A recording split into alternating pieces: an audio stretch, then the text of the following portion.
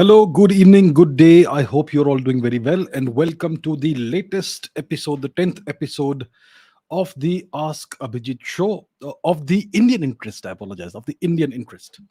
So, before we begin, let me get into who all is there. Let's see who all is there with us. I can see Bhumika, Parthiv, Manish, Samarth, Shivraj, Akvon, Mazar, Twilight, Vaibhavi, Skarm R6, Akshit, Karan, AP, Bhumika, Vignesh, Nilab, Vladimir Putin, Divyanshu, Durga, Anant, Rituraj, Aditya, Kasta Jivana, Soman, Ramesh Chand, Deopam, Jasneet Singh, Rahul, Tathagat, Saurabh, Mahir, Kishore, Pankaj, Vladimir Adityanath, Shelby now, Akshit, Samarpan, Pratham, Rituraj, Charan, Yash, Trupti, Aditya, Avijit Sarkar, Pranay, Kumar, Tapas, Nilab, and lots of other people.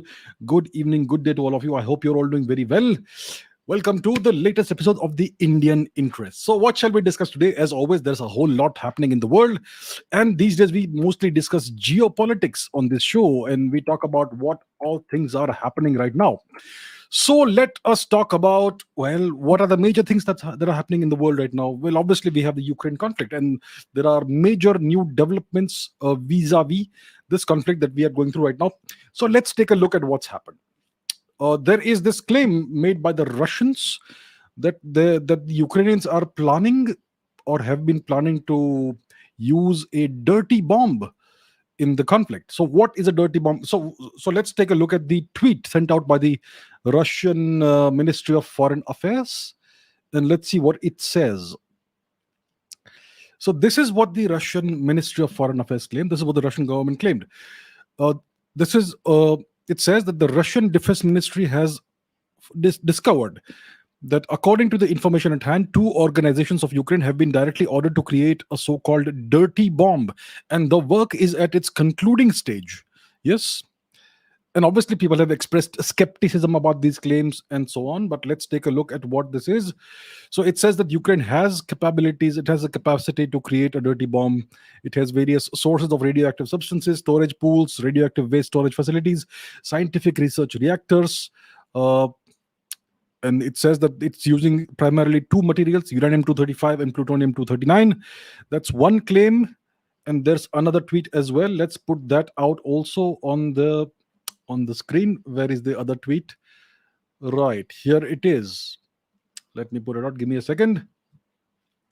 So it says that the Kiev regime plans to camouflage the explosion of this kind of ordnance under an extraordinary effect of Russian low-power nuclear warhead that contains highly enriched uranium in its charge. So essentially, the Russians are saying that the Ukrainians will detonate this kind of bomb, and then they will say it was a Russian nuclear warhead that has been exploded by the Russians.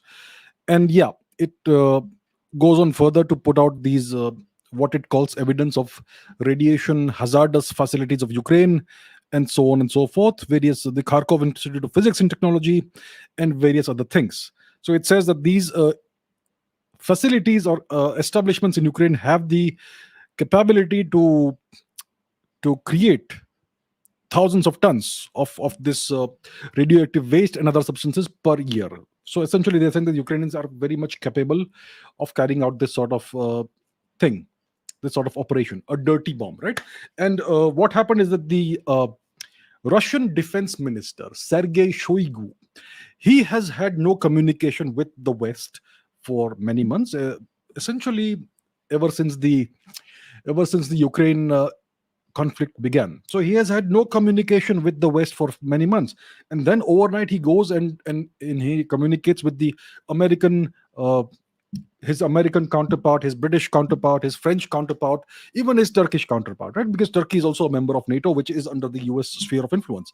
So all of a sudden, on the same day or in just a couple of days, he goes on and communicates with all these people: the Americans, the British, the French, the Russians, the Turks. I beg your pardon.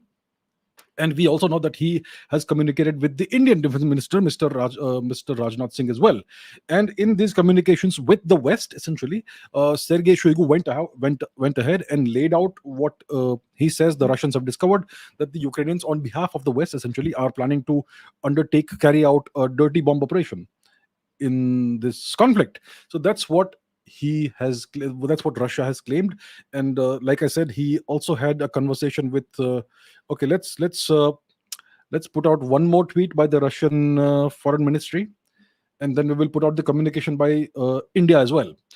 So the Russian foreign ministry, there's a third tweet they have put out. It is a statement by Maria Zakharova, who is the spokesperson there. Reliable sources indicate that Kiev is planning a provocation used with the use of a dirty bomb. The purpose of this heinous provocation is clear: to accuse Russia of using a weapon of mass destruction. Kiev is planning to detonate a dirty bomb by disguising it as an unauthorized burst of a low-yield Russian nuclear bomb with enriched uranium. The West should not be measuring the width of the red line. That's what Maria Zakharova has said. So this is the allegation that the Russians have made. Now let's put out what India has said, the Indian statement. This is in response. This is as a consequence of the conversation that Sergei Shoigu had with the Indian Defense Minister, Mr. Rajnath Singh. It says telephonic conversation between Raksha Mantri Shri Rajnath Singh and Defense Minister of Russia, Mr. Sergei Shoigu. Raksha Mantri Shri Rajnath Singh held a telephonic conversation with Mr. Sergei Shoigu on October 26 at the latter's request. During the conversation, both ministers discussed bilateral defense cooperation as well as the deteriorating situation in Ukraine. Defense Minister Shoigu briefed the Raksha Mantri on the evolving situation in Ukraine, including his concerns about possible provocations through use of a dirty bomb. Shri Rajnath Singh reiterated India's position on the need to pursue the path of dialogue and diplomacy for an early resolution of the conflict. He pointed out that the nuclear option should not be resorted to by any side, as the prospect of the usage of nuclear or radiological weapons goes against the basic tenets of humanity, and both ministers agreed to remain in touch. This is the statement put out by the Indian government, right? So this is what's happening. The Russians have publicized to the whole world, they've broadcasted all over the world that the Ukrainians are planning to, or are hoping to, or are in the process of they want to detonate a dirty bomb. So let's understand what a dirty bomb is. What is a dirty bomb? Is there a dirty bomb as opposed to a clean bomb or any such thing? So dirty bomb is essentially one type of a weapon of mass destruction. It's a weapon of mass destruction. A dirty bomb, essentially, it can come in three different varieties. It can be a radioactive dirty bomb, it can be a chemical dirty bomb, or it could be a biological dirty bomb. So a dirty bomb is essentially a conventional bomb that is laced with radioactive or biological or chemical materials. So when a dirty bomb explodes, it scatters these materials over a certain area, right? So in the case of the radioactive dirty bomb, which is the matter under consideration, it will be a regular conventional bomb, maybe a very powerful conventional bomb, which is laced with a whole lot of radioactive material. So what kind of radioactive material could be used? So typically when people in academia, in geopolitics, etc., when people have discussed dirty bombs, they have typically discussed it from the perspective of terrorism. The terrorists could somehow obtain some radioactive substances and then mix that with a regular bomb and then use it on, well, whatever target they intend to contaminate, right? Now, where would terrorists obtain such radioactive sources from? Well, we know that radioactive sources are used widely in medicine, for instance, in academia, and also in various industries, right? So, for instance, when I was a student studying nuclear physics, if you are studying nuclear physics at the master's level, at the university level, then in the lab you get to handle radioactive substances, radioactive samples. So, I think it. Well, I will not mention what radioactive substances I as a student I handled, but there are various. It will not include uranium or plutonium. It will include certain other radioactive elements. So if you want a list of what radioactive substances could be used in a dirty bomb, you have cobalt-60, which is a half-life of about 5 years. You have cesium 137 that has a half life of about 30 years. Then you have americium 241, which has a half life of almost of more than 400 years. So that is dangerous. Then you have iridium 192 that has a very brief half life of 74 days. Then you have strontium 90, which has a half life of about 30 years. You have californium 252, which has a half life of about 900 years. And then you have the usual suspects: uranium 234, 235, 290, 238. And we also have plutonium 238. Uh, uh, Plutonium. We also have plutonium. I forget the number, but it's plutonium. There are two isotopes of plutonium, which are both extremely hazardous. They are extremely toxic as well as the radioactive, right? So typically, in a dirty bomb, you would use any of these things, but if you use plutonium, that could be very dangerous. And the Russians are claiming that the Ukrainians intend to use either uranium or plutonium or both, right? Depleted uranium and plutonium 239, I think that's what they said. So plutonium 238 is the weapons grade plutonium, and the spent 239 is what they don't use in nuclear weapons, but it's still radioactive. So let's say you use plutonium. You have a very powerful conventional explosive, right? A very powerful conventional bomb. And then you add in, let's say, a kilo. Let's say, hypothetically, a kilo of plutonium dust in the form of, let's say, plutonium oxide, right? And then you detonate it over whatever target you intend to contaminate. So this 1 kilogram of plutonium dust that is going to be thrown around it is enough to give cancer to nearly 5 million people. 1 kilogram of plutonium oxide dust. So that's how deadly it is. And it's going to render the entire area wherever the contamination happens completely unlivable. It's almost impossible to get rid of the contamination. I mean, there are various means and ways you can use, but it's essentially contaminated for a very long time, and so on. So that's what a dirty bomb is. You can use radioactive waste materials. You can use any of the various isotopes that I specified, and so on. So that is what a dirty bomb is. And if you explode this over, let's say, well, wherever you do it, it's going to be a disaster, a genuine disaster, environmental catastrophe. It's going to give cancer to lots of people. It's going to render the soil unusable for agriculture. It's going to contaminate and kill animals. It's going to destroy forests. Those forests, you cannot go there, right? It's going to leach into the groundwater. It's a disaster. It'll contaminate rivers or ponds or lakes or whatever it is. It's something you never ever want to see happen, right? So that is what the Russians are alleging, and it appears that they obtained this information apparently by tapping undersea data cables. So you have data cables that carry various kinds of data, internet communications, and so on and so forth. These data cables are laid on the bottoms of the oceans, right?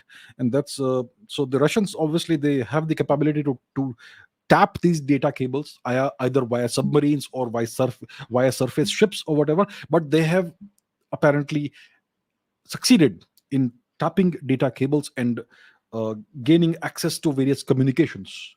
And that's how they apparently got this information, right? So the Russians are saying the Ukrainians are planning this sort of thing.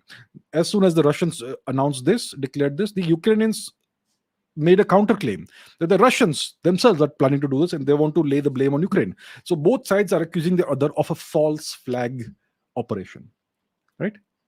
A false flag operation is an operation in which you. What's a false flag operation? Let's say I'm fighting a war. Let's say a nation is fighting a war, and they want to accuse the other side of something terrible. So they will conduct a military operation against themselves, a limited military operation against themselves, and put various kinds of false evidence that makes it look like the other side has carried it out.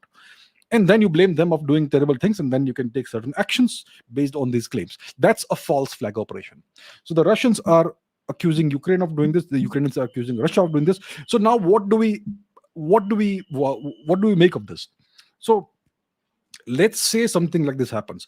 All you have to ask yourselves is, what does each side gain by doing this? What does Russia gain? Let's say Russia carries out this sort of thing, a dirty bomb operation. What will Russia gain from this? It will gain international opprobrium. Everybody in the world will condemn Russia, right?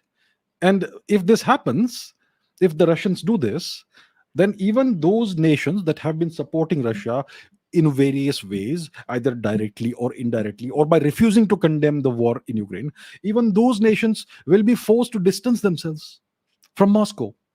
So if Russia carries this out, it's a disaster for Russia, right? Now, what does Ukraine gain? What does the West gain if something like this happens? Hmm?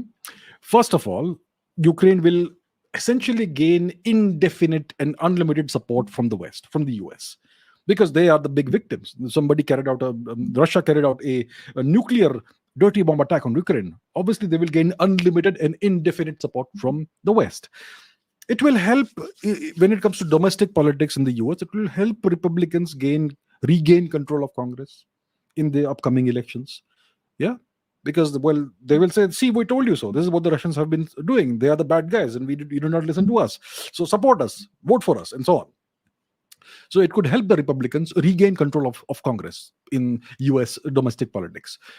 The third main consequence, it will pressurize China and India to distance themselves unconditionally from Russia.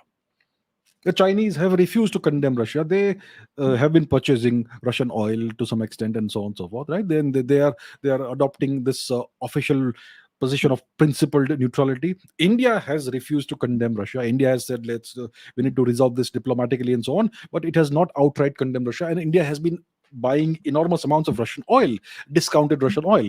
India has been, ever since the conflict started, India has been buying, let's say, about 50 times more oil than it was buying previously. And this has essentially helped Russia not fall into the Chinese embrace and not fall prey to Chinese hopes of turning Russia into a vassal state. India's support has essentially saved Russia from annihilation. So if the Russians do such a thing, it will exert incredible amounts of pressure on China and India to unconditionally distance themselves from Russia, and that will be the end of Russia if that happens. Right? And this sort of if this sort of attack happens, it also gives the United States the pretext to directly intervene or get involved in Ukraine, boots on the ground. So this essentially isolates Moscow completely. It sets the stage for Moscow's eventual destruction, economically at least, right? And one other consequence of this, or benefit of such an attack, is it gives the prospect of big profits to big pharma from treating millions of affected Europeans, right? So if you look at the benefits, the pros and cons of this, then it's very clear that this is not in Russia's interest. Detonating a dirty bomb on any part of the world, in Ukraine or wherever else, is not in Russia's interest. It is entirely against Russia's interests, and it is entirely in favor of Ukraine's interests, or Kiev's interests, or the West's interests. So that tells us where this, if the Russians are right, and if they have actually discovered a plot to detonate a dirty bomb, then I think it's very clear, if this allegation is true, then it's very clear who benefits from this. The Russians certainly do not benefit from this. They will lose the support of China and India, and even Iran may be forced to break off communications and ties with Russia. It will isolate Russia completely. It would be madness for Russia to do such a thing. So now that Russia has publicized this, it becomes more difficult for whoever wants to do this to do it, and it may yet happen. It may yet happen. I hope it never ever happens. I hope that nobody ever uses nuclear weapons or dirty bombs or anything like this in the future ever again. But we are living in bad times. We're living in dangerous times. In geopolitics, it's not about good or bad, right or wrong or anything. It's about what I gain from it. And it's very clear who stands to gain from the detonation of a dirty bomb in this conflict. It's definitely not Russia. Russia stands to lose all the gains it has made. It would be complete and utter madness for Russia to resort to a dirty bomb tactic. So that's what I have to say about this. If you have any rebuttals or any other perspective that you would like to give, then after the live stream is over, you can put that in the comments. I would be happy to see all perspectives and maybe learn something. But from my analysis, it doesn't make any sense for Russia to resort to a dirty bomb tactic, right? So that's where we are vis-a-vis this. Now, let's understand the Ukraine war better. This conflict that began in February 2022, February this year. What is this war about? Now, if you are a short-sighted person, what do I mean by a short-sighted person? Somebody who sees history or geopolitics or current events from a very narrow perspective. You see it only from the lens of the last 10 years. What happened in the last 10 years? If you have a narrow perspective, you will entirely blame Russia for what happened. Yes. If you look at it from a 50-year or 100-year perspective, or even from a post 1990s perspective, then you will understand where the real blame lies, where the blame really lies, right? Anyhow, so let's understand what the Ukraine war is. And to understand the Ukraine war, you have to understand something called the Heartland theory. It is a theory that was put forth by an English geostrategist called Halford Mackinder. So this person, Halford Mackinder, put forth the Heartland theory in 1904. This guy died in 1947, right? And he put forth this theory in an article called The Geographical Pivot of History. So now let's take a look at what this is. Let me put something on the screen which will help you understand what I am saying. So this is Mackinder's Heartland theory, or is it too small? Let me embiggen or bigify this. One second. Give me a second. Let me bigify, embiggen, enlarge the image. Okay, now it makes a little more sense. So this is the diagram at the heart of this theory. It will help you understand better. So according to Halford Mackinder, the world is divided into several sections. The main section is the so-called world island, which is made up of the interlinked continents of Europe, Asia, and Africa. So this is essentially Eurasia plus Africa. This is what Mackinder called the world island, right? Then he had another section called the offshore islands, which essentially, in according to him, are the British Islands, the islands of Japan, etc. Those are the offshore islands. And then there is a third section of the world called the outlying islands, which are the continents of North America, South America, and Oceania.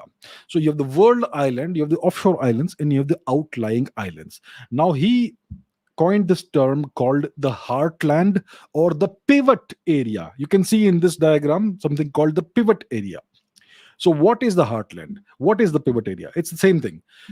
The pivot area lies at the center of the world island. It essentially is from the river Volga in the west to the river Yangtze in the east. And from north to south, it is the Arctic region to the Himalayas. So that region is what Mackinder called the heartland or the pivot area. And he said that so this heartland has traditionally been ruled by the Russian Empire, later by the Soviet Union, and most of it is still administered, ruled, owned by Russia. Now, what is interesting or important about the heartland or the pivot area? The heartland, the pivot area, contains more than half of the entire world's resources. It's all about resources, my friends. The pivot area contains more than half of the entire planet's resources. What do I mean by resources? I'm talking about raw materials. I'm talking about petroleum products, oil and gas, and minerals and metals, and also agriculture. These resources essentially are everything you need to indefinitely sustain a large, massive military force, right? That is the reason why the Russians have not been affected to a large extent by the US sanctions, because they have all the resources they would ever need to sustain their nation indefinitely and their military power indefinitely. So the heartland, the pivot area, contains more than half of the entire planet's resources. And the heartland is protected from sea power by the Arctic ice at the north and by mountains and deserts in the south. So it is extremely well protected. When Mackinder wrote this thesis, this article, the world's geopolitics was all about sea power. Even today, the world's geopolitics is about sea power. It's about the choke points in the oceans. It's about the trading routes and the infrastructure at sea. It's about major navies, right? At the time Mackinder wrote this thesis, the major sea powers were the UK and the US, and to some extent Germany. Even the French had a sea power, and Japan was also a sea power, right? And today, if you look at the world today, there are two major sea powers: the United States and China, right? So the heartland is protected from sea power by ice to the north and mountains and deserts to the south. That is Russia's natural protection. And this is then what Mackinder said. He said, "Who rules East Europe commands the heartland. Who rules the heartland commands the world island. And who rules the world island commands the world." Right? So the key to control of the heartland is East Europe. The key to control of the world island is the heartland. And the key to commanding the world is ruling the world island. So this theory, heartland theory, or Mackinder's the heartland theory, this theory was central to the geopolitics of World War One, of World War Two. It was central to the geopolitics of the Vietnam War and other conflicts, and it was central to the Cold War. And once again, this heartland theory is central to Cold War II and the Ukraine conflict, which we are seeing right now, right? So in Mackinder's analysis, China is what he calls a rim world power. It's laid out on the rim of the eastern part of Eurasia. So China, according to Mackinder, is a rim world power. It is vulnerable to two things. It is first of all vulnerable to the heartland power, the great power in the heartland, which is Russia. It is also vulnerable to the great ocean power, which is the US and NATO. In the past, it was Japan and the UK as well. In today's context, it is vulnerable to the great ocean power, which is NATO and the US. So China is vulnerable to the great heartland power, Russia, and to the US.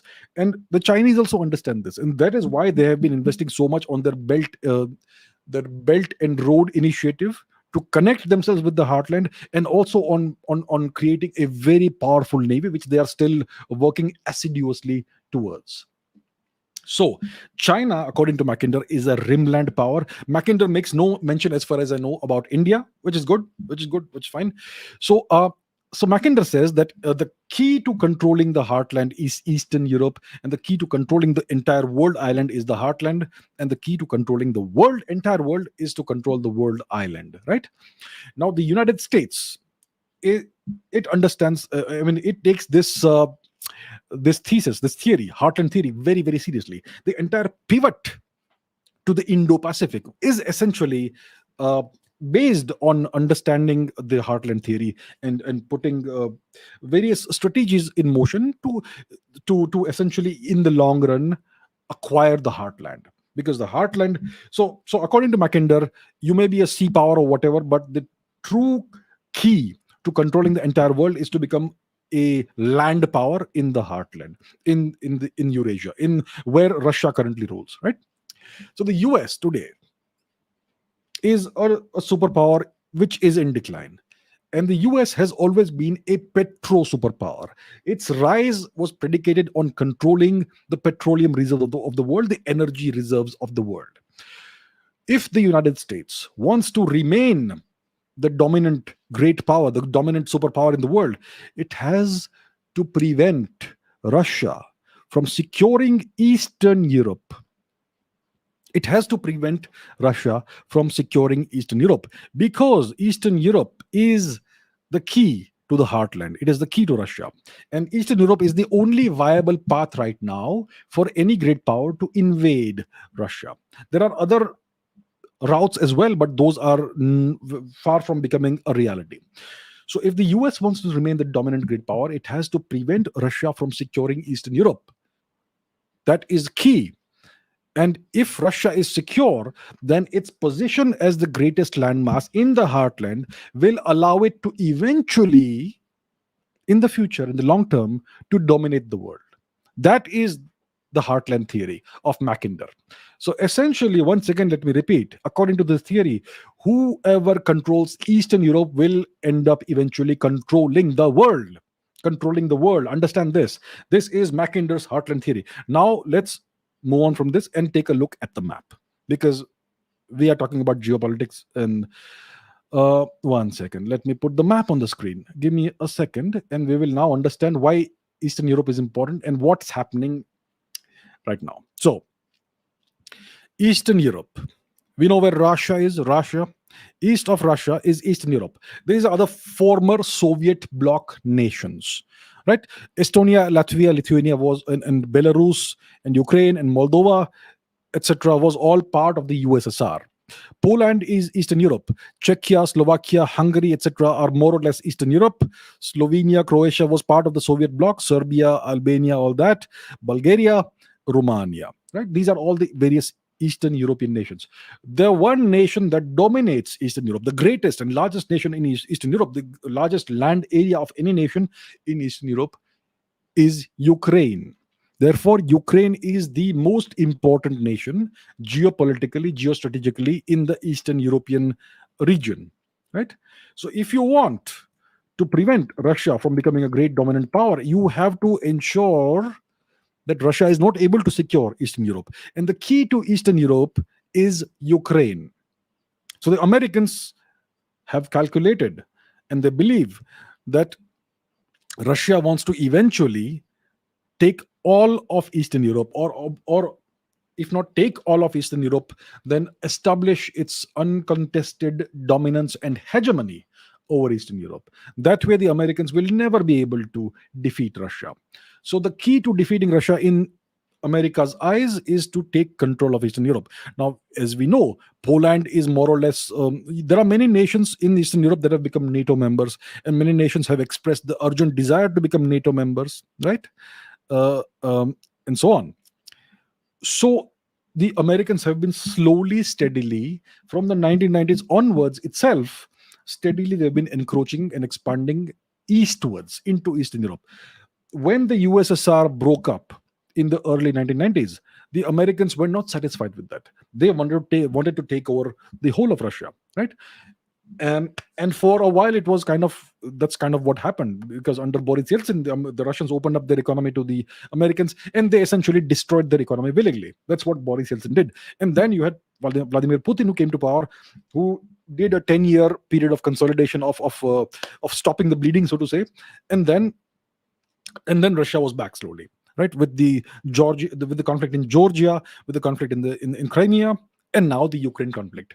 So the Americans see the Russians as wanting to slowly but steadily regain lost ground and essentially recreate the Russian Empire and what the USSR was. And that would essentially lead to the Russians eventually taking control of the whole world. That's what the Americans think, or calculate, or fear. And that's why the Ukraine conflict is central to the future of the world, right? Because if the Americans are able to prevent Russia from, let's say, conquering Ukraine, or if they are able to make Ukraine regain the annexed territories that Russia has recently annexed, then it could be a disaster for Russia. And eventually they could be, if the Americans can essentially make the whole of Eastern Europe a part of NATO, then they can, as a next step, strike against Russia in a variety of means, right? Especially if they can isolate Russia completely, which is where the dirty bomb angle comes in. If the Russians are accused of detonating a dirty bomb, then even India and China can be greatly pressurized to distance themselves from Russia. Then you isolate Russia, and then step by step you take Russia out. So that is the American grand strategy. So this is all predicated on Mackinder's Heartland theory. Who controls Eastern Europe will one day control the world.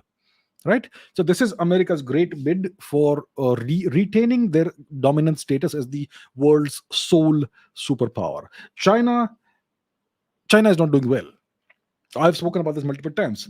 The Belt and Road Initiative is dead in the water, and the Chinese economy is crawling right now. They're not even revealing their GDP figures. So China is not going to become a superpower the way they had hoped anytime soon. So that leaves us with Russia. Russia can one day, once again, because of its enormous command, of its command over the enormity of more than half of the planet's resources, they can become a superpower if things go right. The Americans don't want this to happen. So the Ukraine conflict is a pivotal conflict. It is the most important conflict we have witnessed essentially since World War II. That's what's happening. It's a conflict for the future of the world, right? So that's how we need to understand this, and that's why the Americans are taking this conflict so seriously. That's why the Russians are taking it so seriously. It essentially is about the future of Russia as well. If Russia is not able to succeed in Ukraine, it could very much spell the beginning of the doom for Russia. What the Americans would like to do is, hopefully, not in the long term future, take over Russia and its enormous resources. America is a petro superpower, right? And Russia has enormous resources, reserves of petroleum and oil and gas and all those things. If the Americans get access to that, if they can control that, it will guarantee American supremacy for at least another century. So that is what the game is about.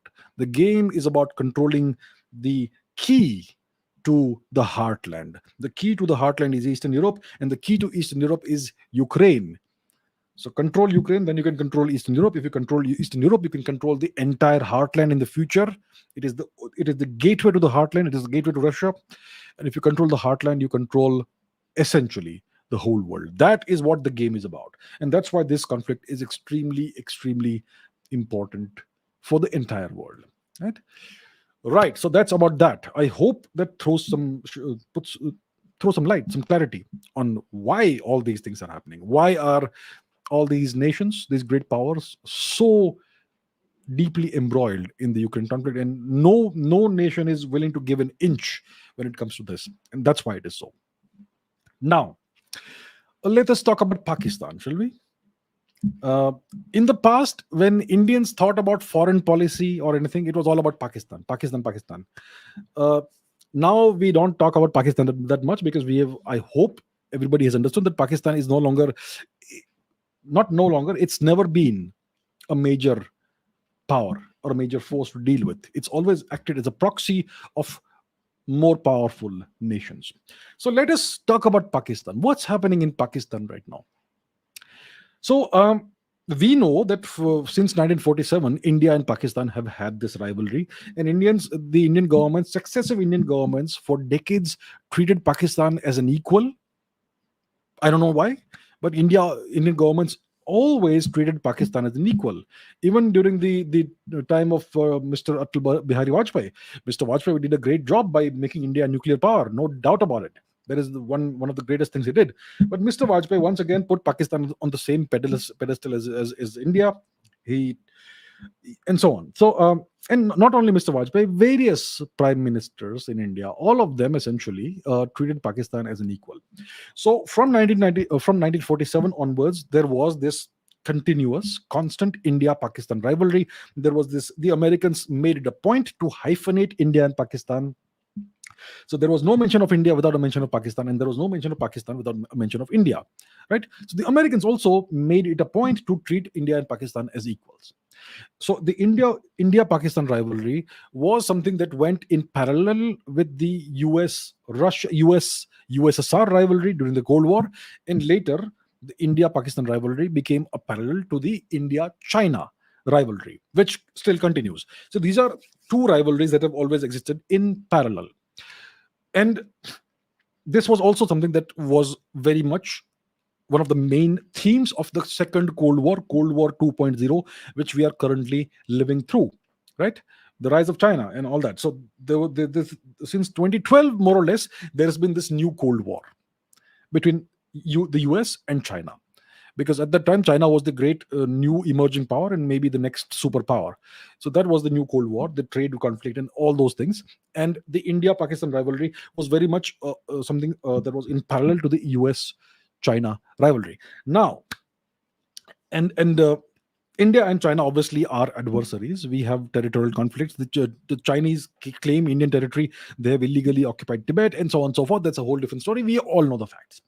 And this all culminated in the clashes between India and China, which happened recently in June 2020. We had the Galwan clash, which was the first time Indian and Chinese soldiers died. The Chinese tried to minimize the casualties. They said that only 4 Chinese soldiers died, but it's slowly emerged from a variety of sources, including Western sources, that way more Chinese soldiers died than Indian soldiers died. I think there were 20 Indian deaths and maybe 80 or 100 Chinese deaths or something like that.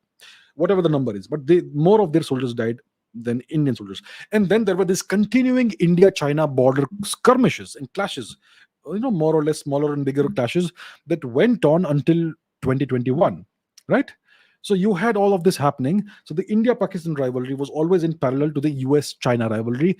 At some point in time, the Americans lost interest for whatever reason in Pakistan. They gave up on Pakistan, and Pakistan then migrated into the Chinese corner, and they became a Chinese vassal in exchange for money. So then they became China's attack dog for counterbalancing India, and then India took certain very strong actions against Pakistan, which essentially ended more or less all the Pakistani terrorism in India. This happened after 2014. Before 2014, there were ter- incidents of terrorist attacks in India almost every week or every other week. After 2014, it all ended because the new Indian government under Prime Minister Modi took very strong, decisive actions against Pakistan. It sent home the message that we will not tolerate any more nonsense. Right? We had the Balakot, we had the surgical strikes, the Balakot airstrike, and various other things. So Pakistan became a Chinese attack dog. Then what happened is that this year, on February 24, the Ukraine conflict started, the special military operation of Russia in Ukraine. And coincidentally, at that time, the then Prime Minister of Pakistan, Mr. Imran Khan, happened to be visiting Russia, right? Uh, Now, as we know, Pakistan prime ministers don't hold any real power. It's kind of like the UK prime minister or the Japanese prime minister. The Pakistani prime minister doesn't ever have any power. They do everything with the assent of uh, of the Pakistani establishment. Nothing is done without the approval of the Pakistani establishment. What is the Pakistani establishment? It is a permanent policy making, decision making establishment, which is made up of the military, which is the army, the armed forces. It is made up of the intelligence, which is the ISI, and to some extent the diplomatic bureaucracy, which are extensions of the military and the intelligence establishment of Pakistan. So that is where the true power resides in Pakistan, the military and the ISI. That's where the power lies. So no Pakistani prime minister does anything without the approval of the ISI and the military. So if Mr. Imran Khan went to Moscow to meet Vladimir Putin in late February 2022, it was done with the approval of the military and the ISI. Right? Now we know that Mr. Imran Khan is a huge fan of Indian foreign policy. He calls it India's independent foreign policy, India's proud, self-respecting foreign policy. He is known to play clips of what Dr. Jaishankar says when he's holding big rallies and all that. He puts Dr. Jaishankar's statements on the screen, 30-second video clips, 60-second video clips of Dr. Jaishankar. And he has praised Indian foreign policy multiple times as an example of a truly independent and proud and self-respecting foreign policy. So Imran Khan, by nature, is somebody who has wanted to make Pakistan independent of any great power and a non-vassal state of any great power. That's what he has always wanted. His statements even 10 years ago were like that he wanted Pakistan to come out of the US orbit. At that time, Pakistan was in the US orbit. It was a US vassal state. Then it became a Chinese vassal state, right? So Imran Khan made this trip to Moscow in February 2022. Now, Imran Khan, we know that in 2021, in August 21, the Americans withdrew from Afghanistan. And there was talk about Americans creating, various bases, military bases in Pakistan for drone overflights, for drone attacks on Afghanistan, on the Taliban, and so on and so forth, right? Because it was withdrawing from Afghanistan physically. So it would need some local bases for carrying out drone flights and operations. And there was talk about Pakistan hosting such bases, American military bases. And Imran Khan made a public statement that he was absolutely against hosting any American base on Pakistan soil after America's withdrawal from Afghanistan. So that was a big red strike on Imran Khan. I mean, publicly saying such a thing against the overlord, against the superpower. And we also know that after Joe Biden came to power, he refused to even do a single phone call with Imran Khan because of Imran Khan's leanings towards a more independent foreign policy. So there was already this ill will towards Imran Khan in the US establishment, in the US establishment. Let's call it the establishment, right? There was this very strong ill will against Imran Khan. And then he made the statement of that he will absolutely not host any American bases on Pakistani soil after the Americans withdraw from Afghanistan, right?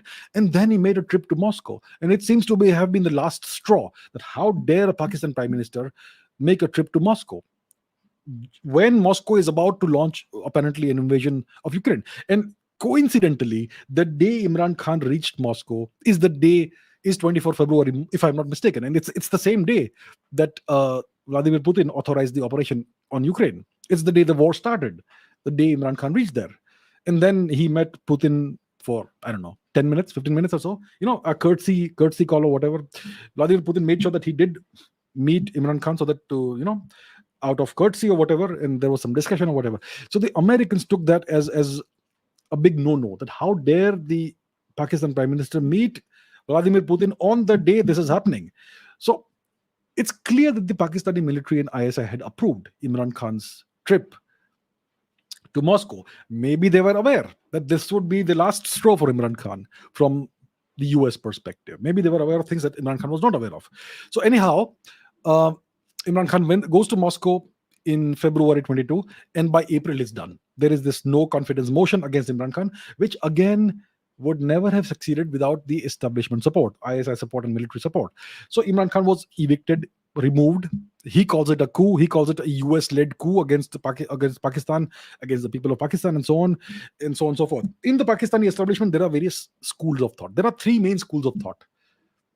One school of thought says that Pakistan should remain a US vassal state. There is another school of thought that says that Pakistan should become or should remain a Chinese vassal state. And there is a third school of thought that says that Pakistan should have a more independent and multipolar foreign policy. Right? Three schools of thought. It's clear which school of thought has emerged on top. Pakistan is now once again a US vassal state. It is no longer a Chinese vassal state. Understand this now. This is now very clear. Until 2022, until the beginning of 22, Pakistan was very much a Chinese vassal state. We had the China-Pakistan economic corridor that the Chinese were building. It was not doing very well in the past 2 years because of the pandemic and various reasons, but it's something the Chinese invested a lot of money into. The Gwadar port is essentially run by the Chinese, or more or less owned by the Chinese, and lots of Chinese investments in Pakistan, in Balochistan. There were attacks on Chinese agents in Balochistan by the Balochi freedom fighters and so on. So Pakistan was very much a Chinese vassal state.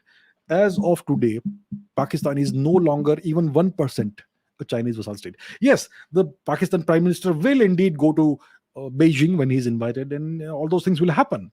That's only for keeping up appearances. Pakistan is very much, very firmly a US vassal state all over again.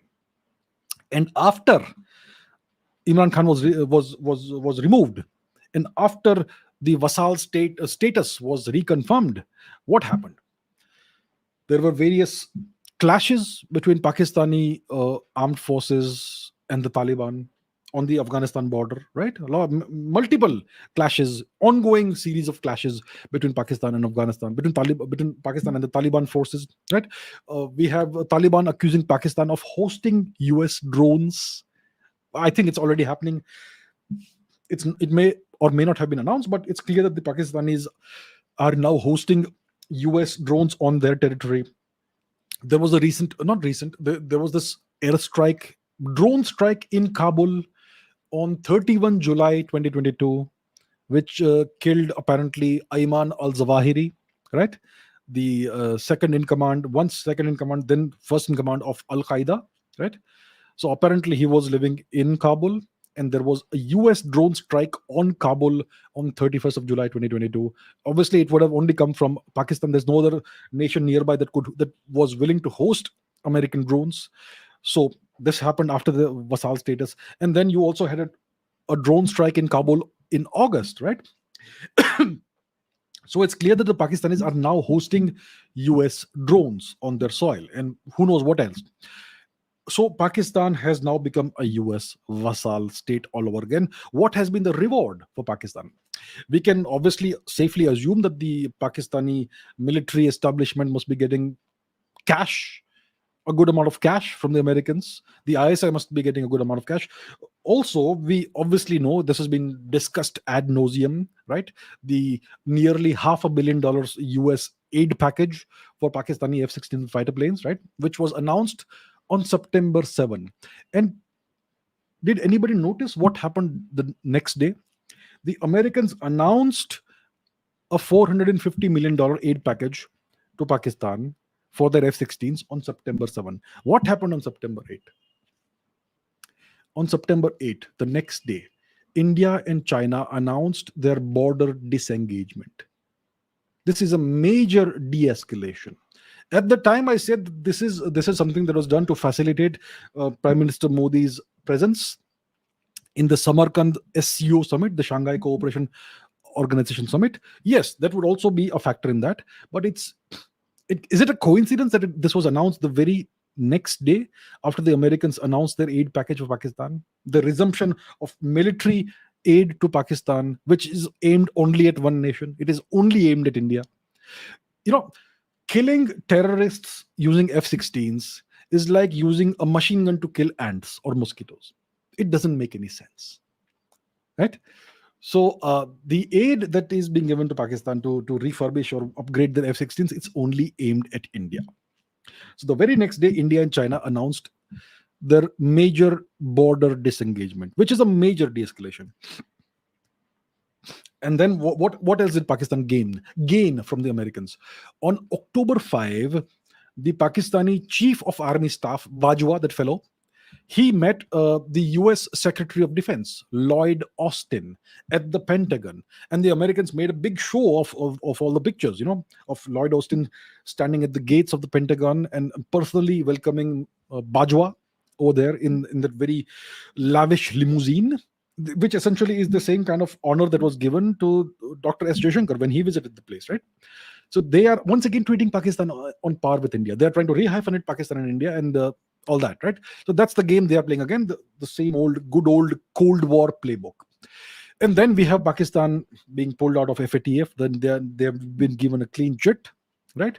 And we also have heard about investments in Pakistan by South Korea as well as Japan, which are two very well-known US vassal states. So what does this mean? This means that the US has re-established its hegemony over Pakistan, and Pakistan is now officially a US vassal state. It is no longer a Chinese vassal state. The Chinese have lost control of Pakistan. Understand, the Chinese are no longer in control of Pakistan. The Americans are now firmly in control of Pakistan. So the US has re-established its hegemony over Pakistan, and the US in parallel has failed to establish any kind of hegemony over India. It wanted India to do its bidding and condemn Moscow and distance itself from Moscow. That's not happened. India has done the exact opposite of that in the Indian national interest. So the US has established hegemony over Pakistan again. It has failed to establish hegemony over India. So what's happening now?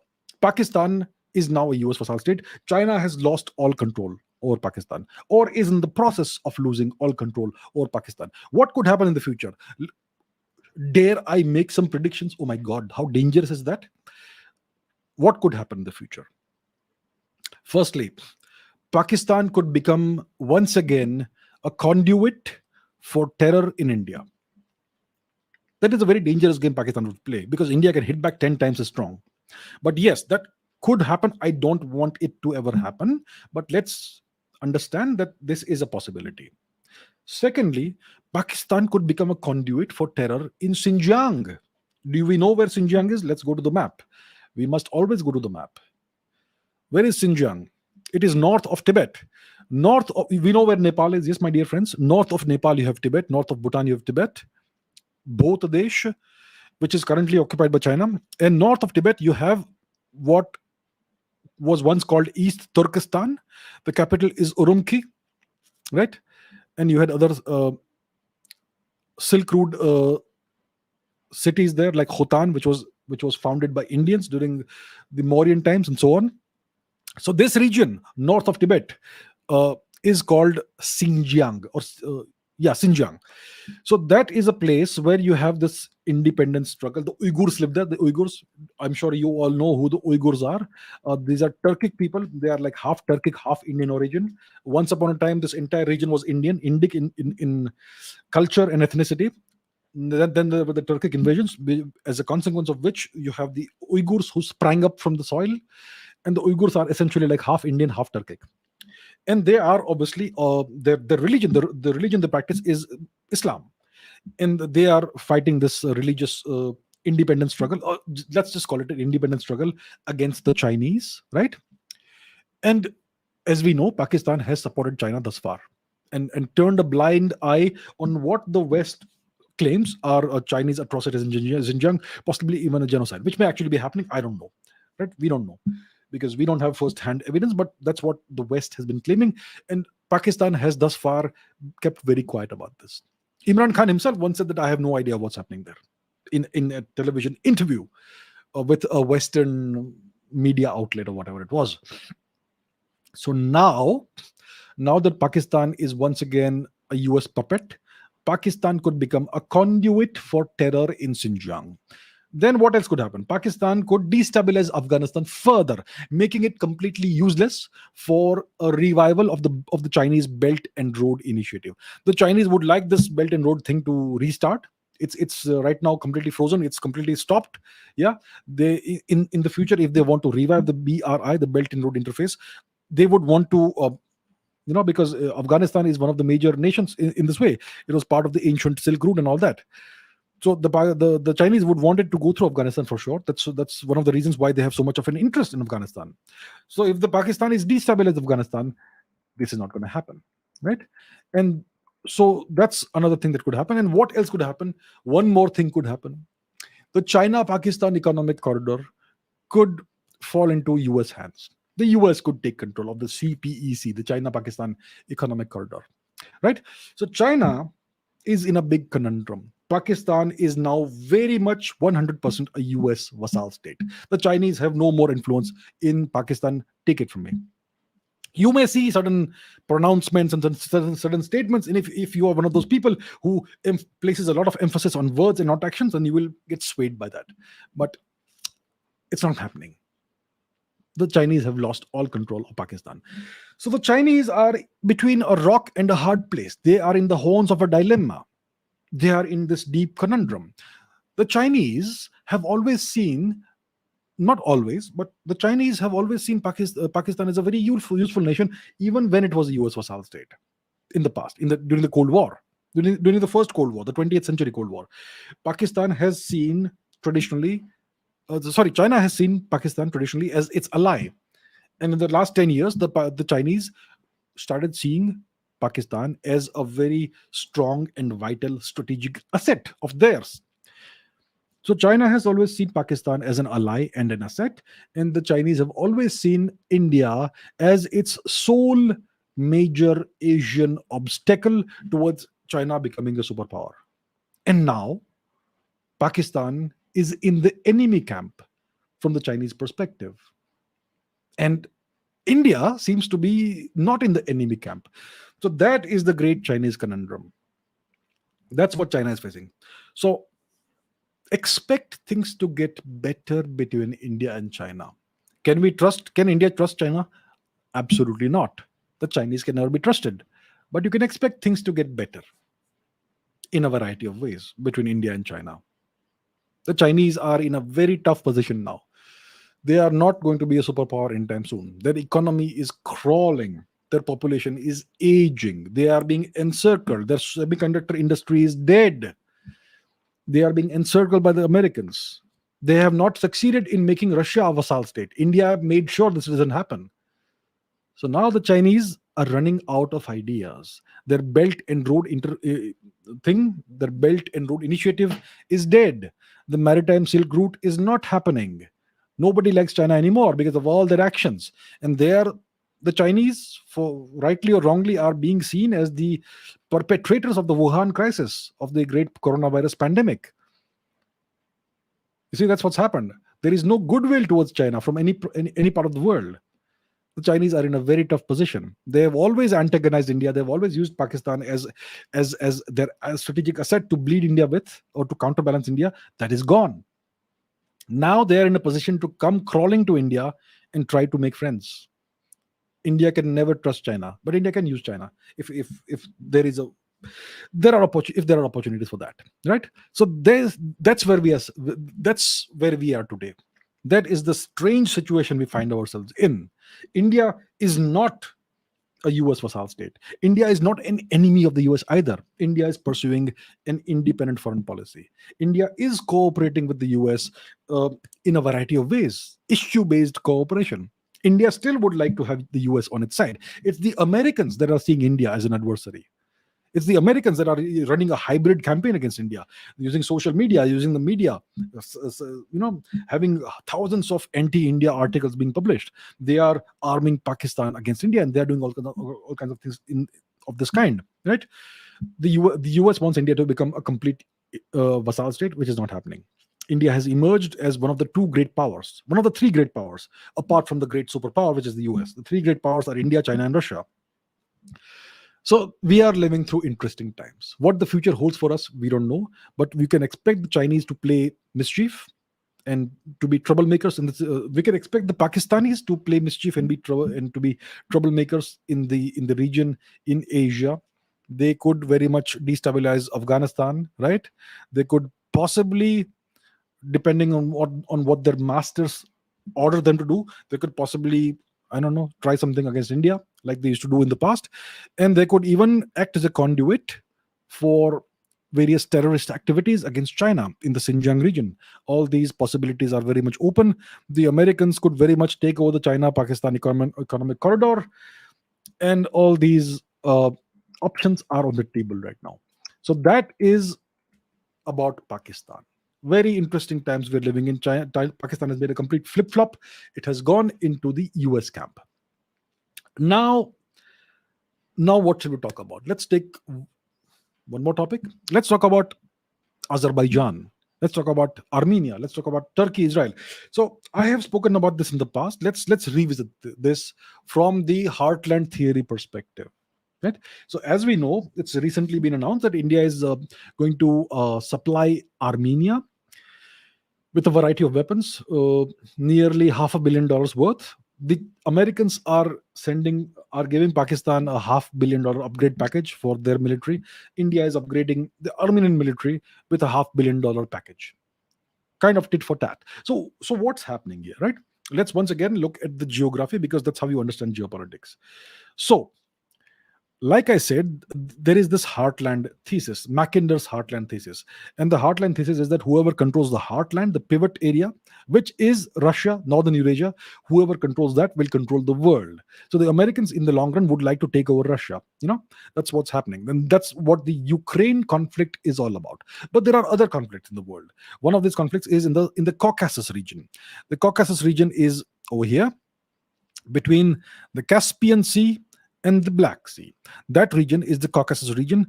You have, see, where India is. Go west of India, you have a temporary nation. Then you have Iran, and west of Iran you have Turkey and Iraq, and northwest of Iran you have Armenia and Azerbaijan. So that is where the conflict is raging. And essentially what's happening. See, let's understand. Some people say that I am wrong, and Armenia are the bad guys. So let's understand what the history is like. I'll not go too deep into history, but understand that Armenia has been around for two to almost 3,000 years. Armenia has had a distinctive independent culture of its own, an independent history of its own, that goes back at least 2,500 years, right? There was no Azerbaijan 2,500 years ago. There was no Turkey 2,500 years ago. Azerbaijan is a Turkic nation. Turkey is a Turkic nation. These regions were conquered by the Turks, the Central Asian nomadic Turks, less than 1,000 years ago. So what is today Azerbaijan has historically been Armenian territory. You go back 2,500 years, or 2,000 years, or 1,500 years, or 1,000 years, or even 500 years. These are territories that have been forcibly captured by the Turkic peoples, and they have settled down over there, and they have done all kinds of atrocities. We obviously know about the Armenian genocide, which the Turks did starting from the late 19th century. There were at least 3 waves of genocide of the Armenians. The last one was in the early 1900s, the first quarter of the 19th century, done primarily by the young Turks, Talat, Anwar and Jamal, right? And all that, right? So, and the Turks they don't want the world to recognize the fact that there was an Armenian genocide, but they don't miss any opportunity to remind the Armenians of what they did to them, to their ancestors. So that's the thing, right? Now, so this conflict is about, what is the conflict about? The conflict is about dismembering Armenia. It is between Armenia and Azerbaijan. Azerbaijan is a Turkish proxy. Azerbaijan is a Turkic nation. They speak the Azeri language, which is a Turkic language. East of the Caspian Sea, you have Turkmenistan, Uzbekistan, and all these nations, which are Turkic nations. They also speak Turkic languages, and their culture is primarily Turkic. So is Kazakhstan. So Armenia is kind of isolated over here. It is a non-Turkic nation. It's a very ancient nation. So is Georgia. Georgia and Russia have had their conflict. So Georgia is very much in the NATO camp. Turkey is in the NATO camp. Azerbaijan is in the NATO camp. Armenia is kind of isolated here. So if you look here at the map, there is this small part of Armenia. If you click here, it says Azerbaijan. The Azerbaijanis took over this territory. If you click here, over here, it says Asia. It doesn't say Armenia or Azerbaijan. So what the objective is very clear. The Turks would like to create a pan-Turan corridor through the territory of Armenia, which connects Turkey to Azerbaijan, and then hopefully to further eastern Turkic nations. To do that, they have to dismember Armenia. Right? Turkey is a NATO ally. Turkey is a member of NATO. Azerbaijan is very much pro-NATO, and so on. So this is all being done with the tacit, complicit approval of NATO, which means the United States. There's also the Israeli angle. The Israelis have been supporting Azerbaijan. They have been providing Azerbaijan with various weapons during their conflict, during the Artsakh conflict. Drones, loitering munitions, various other things. So Israel has supported Azerbaijan. Israel is very much a pro-NATO country, right? Israel essentially, you could say, has a very strongly pro-US foreign policy. I will, out of respect to our Israeli friends, not use the V word, but yeah, that's where it is.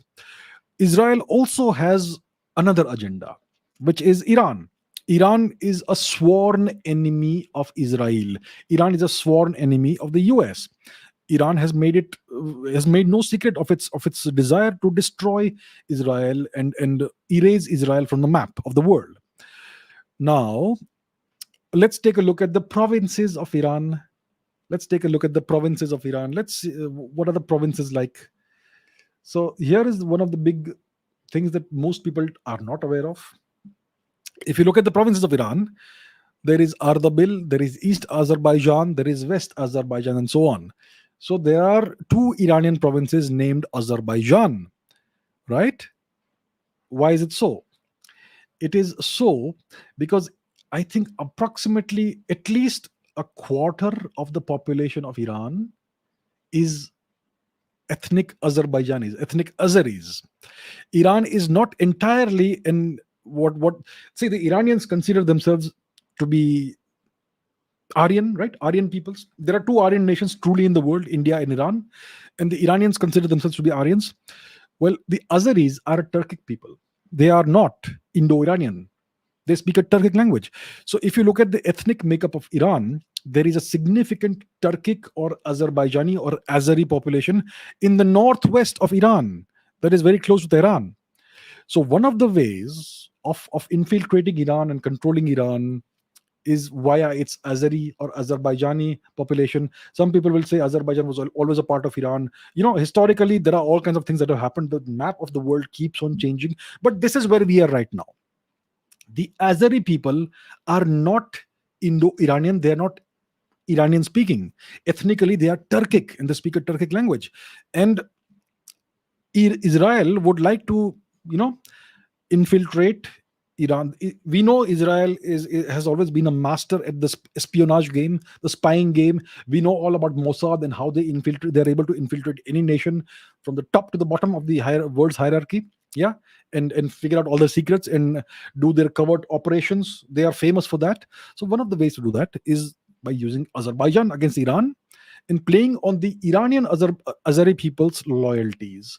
So that is another reason why Israel has been supporting Azerbaijan. But overall, you can understand the game from the perspective of the map, from the perspective of geography. Turkey would like to create a corridor to the Caspian Sea via the Armenian territory. They would ideally, I mean, if you speak to them in private, the Turkish leaders, they would like to erase Armenia from the map of the world. They don't care. And obviously, Russia will be supporting Armenia. And now that the Americans are supporting Pakistan against India, India has decided to support Armenia. Now, so that's what's happening. It doesn't mean that India and Israel are on opposite sides now. This is a whole different matter. India and Israel have a great deal in common.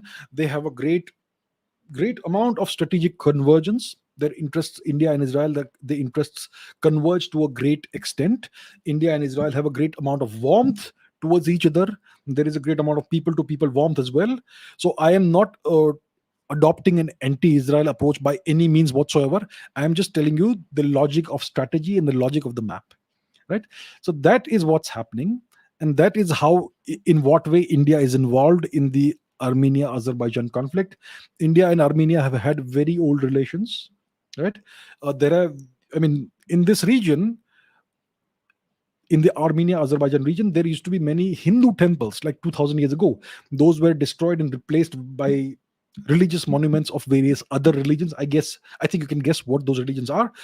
And yet, India and Armenia have very old ties, cultural ties, ethnic ties, and all that.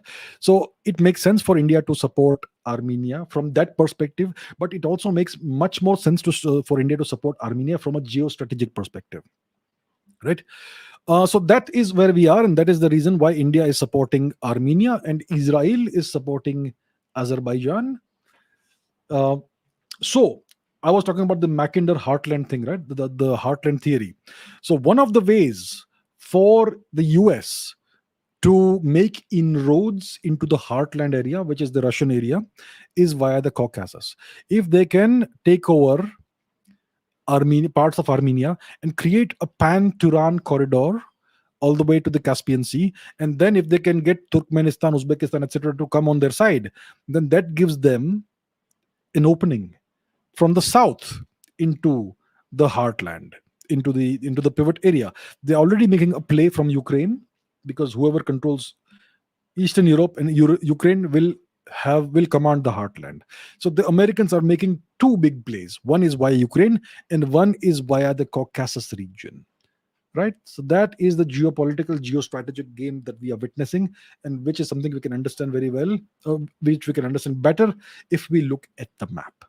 So that's about India and Israel and Armenia and Azerbaijan and Turkey and the great new game that is being played in this region. Let's talk about one more thing.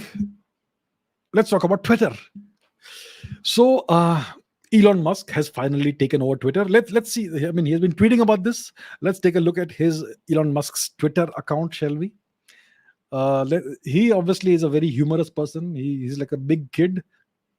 I have some. That's something I have in common with him. So what did he say? Here's what he said yesterday. Yesterday, was it? Yes. He said the bird is freed, and he also put this video of him.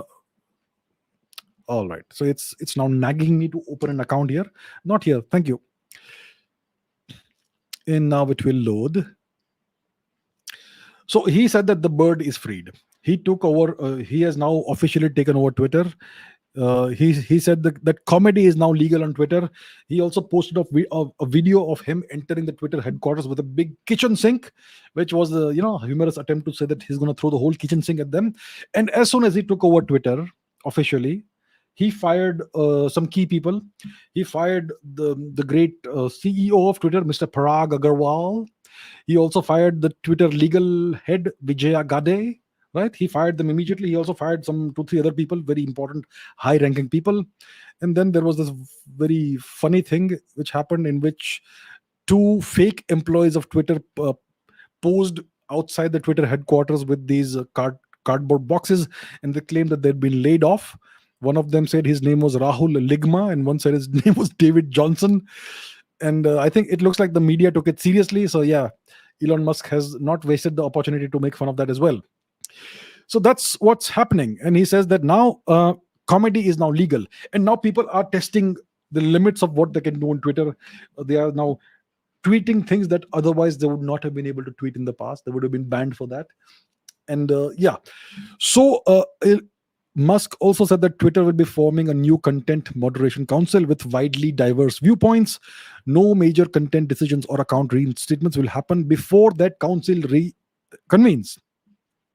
And to be super clear, we have not yet made any changes to Twitter's content moderation policies, which means that the content moderation policies, the oppressive, draconian content moderation policies, still continue as of today, as of right now, and no major reinstatements of accounts will be done before this new council convenes. So if you are waiting for Donald Trump to come back, it will still take some time. If you're looking at various Indian accounts that have been banned by Twitter, for whatever reason, you will have to wait for some time. That's what it is. But it's very clear that we are going to see some major changes on Twitter. Maybe Twitter will become more equal. It will stop playing sides. Of course, Twitter is a very major geopolitical tool when it comes to the United States. They can intervene in various countries and play with people's perceptions and ideas and moods and political leanings and beliefs through Twitter to a large extent by trending certain hashtags and blocking certain accounts from saying certain things, and only allowing a certain perspective to become mainstreamed. All that is that's something the US government has used Twitter for. So I'm not sure how that will proceed in the long term. If Elon Musk does not allow the US government to do that, that could be interesting to see what the Americans do about that, the US government does about that. There is clearly some kind of friction already between the US government, especially the Democratic Party, and Elon Musk, because he is not a out and out leftist. He is more of a balanced person, and so on. So yeah, you could see some interesting things happening on Twitter, right? Elon Musk obviously needs to be careful because he may be the richest man in the world, but he is not by no means the most powerful person even in his own nation, right? So yeah, that's what it is. Twitter, as we know, has been extremely harsh in the past. They have banned lots of Indian accounts for expressing their views, which goes against every principle and tenet of free speech. In the case of my account, I have had an account on Twitter since 2010. I started tweeting regularly only after 2016 or so. And I myself have been hit by Twitter a couple of times. On one occasion, I woke up in the morning to see that the Twitter had deleted exactly 30,000 subscribers from my account. In one single day, exactly 30,000 subscribers gone. Then a few months later, exactly 7,000 subscribers gone. And for like 3-4 years, my following was stuck at, I don't know, 60,000, 61,000. For 3 years, it did not change from there. And then once this news came out that Elon Musk had acquired Twitter, then very rapidly in a few months, my Twitter account subscriber count went from 61 or whatever to where it is today. Today it's around 120,000, almost doubled in just a few months. So it's clearly that they were restricting my account in some ways, and lots of Indians, lots of people from India have also stated this, that Twitter has been shadow banning their account or preventing their account from gaining more followers. If people follow, then some other people are removed, and so on and so forth. So these games they have been playing in India for a very long time, and not just in India, but all across the world. They even banned their own sitting president, Donald Trump, which tells you that there is something in the US that is way more powerful than the US president, and so on. So we hope that Twitter will become a more egalitarian place, a more balanced place. People will be able to exercise their freedom of speech genuine freedom of speech, right? And so on. So let's see how it goes. I'm not sure Elon Musk will be able to do everything he wants on Twitter. There will be some pressure from the US government. The US government is currently controlled by the Democratic Party. So it's going to be interesting times on Twitter, but I'm sure that things will improve to a certain extent as well. You may even see old deleted accounts or banned, blocked accounts being reinstated. That would be fun to watch. Yeah, so it's fun times on Twitter right now.